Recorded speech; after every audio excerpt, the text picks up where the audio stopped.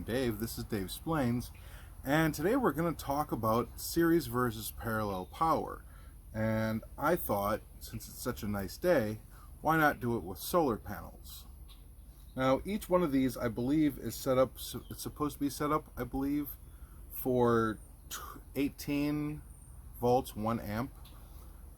I haven't really gotten 1 amp out of these, but we are just going to go along with what they say. So we're going to just disconnect this from the charger right now. And right now, what we have is we have both of these connected in parallel. So all that basically means is that both positives are going into the positive of the solar charge controller, and both negatives are going into the negative of the solar charge controller. And what this basically means is that you're getting both voltages and both amps, but the voltage stays the same and the amps double. So essentially what you always have is in your basic systems like this, you're going to have voltage, amps, and watts. Now, watts are the amount of power that you can get. It's voltage times amps equals watts. So in this system, the watts are always going to be the same. Either you're going to have, say, 18 volts.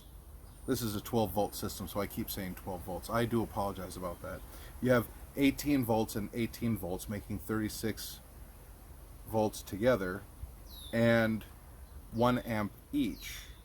So you can have 36 volts at 1 amp making 36 watts, or you can have 18 volts and 18 volts at 2 amps making 36 watts.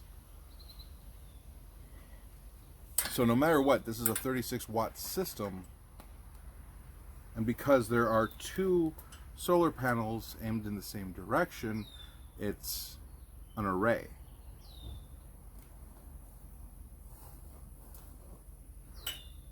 So now again, if we put it into parallel, we're going to get, so now currently this is set for amps, and I'm still having problems with the amps right now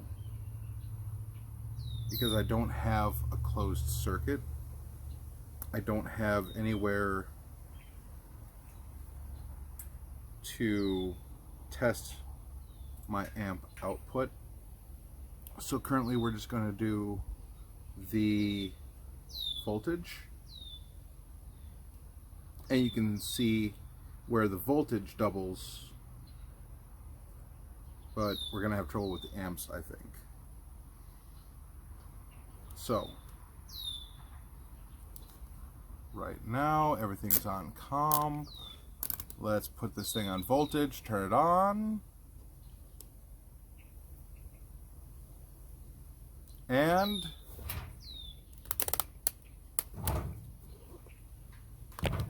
(18.2 volts). Now that does mean that we are taking in a lot of voltage and a lot of current, and that's 18 volts per solar panel. So that's 18.2 volts per solar panel.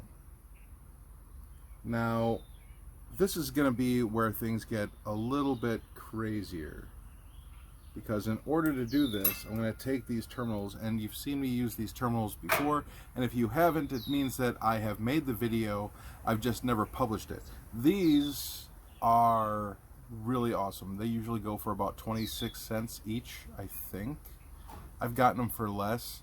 They are basically just terminals. They're usually referred to as CCTV power terminals, with the ability to just put in the wire into these little slots, and then you screw down the screw at the top, and it is awesome for rapid prototyping. Now, in order to do this, we're going to need a couple of things here.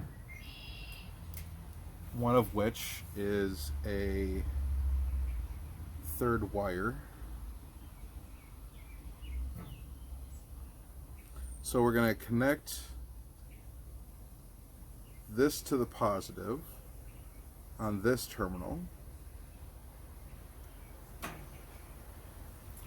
And we're going to find out what happened to my this to the negative on this terminal. It's like right there. It's a huge one.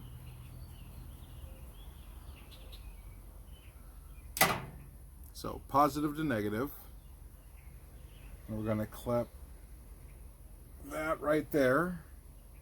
And then we're going to get our negative, sorry, this is positive, our positive connected to the positive terminal on this end, and our negative connected to the negative on this end.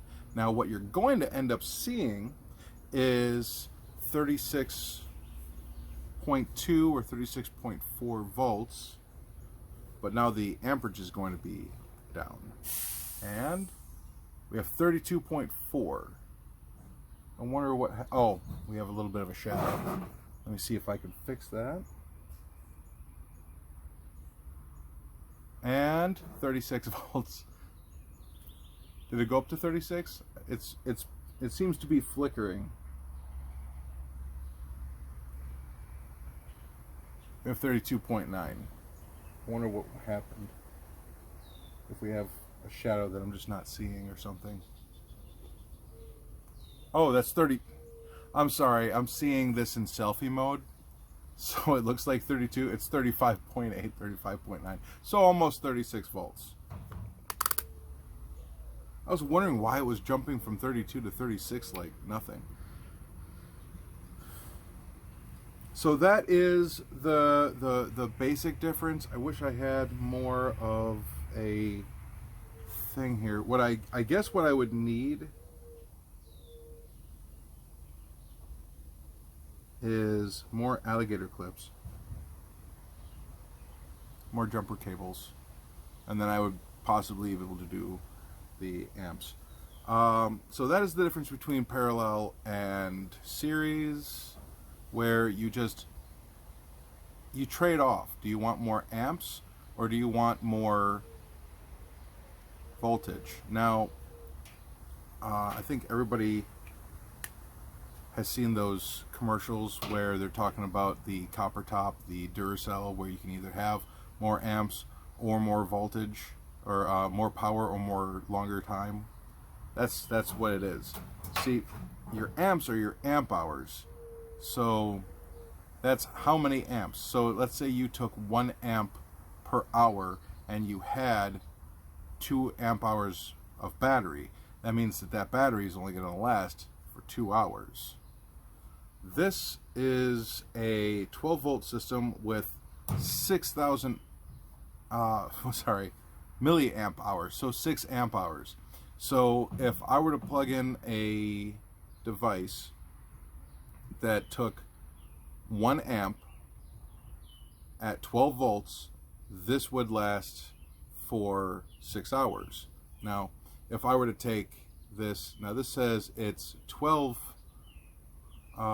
amp hours at 5 volts, so if I use the 5 volt interface and I were to connect a Power BI, or sorry, wrong subject, a Microsoft, dang it, a Raspberry Pi 4 to this and power it and push it to the limits at 3 amps, this would only keep that Raspberry Pi 4 going for about 4 hours.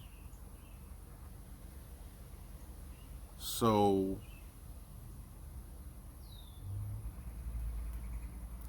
the goal, because this is a 12 volt system, would be to keep this in parallel and double the amps that would charge this, so it would keep it charged faster and also have some power left over to power another device. Now, you're not going to get that at all with a Raspberry Pi 4,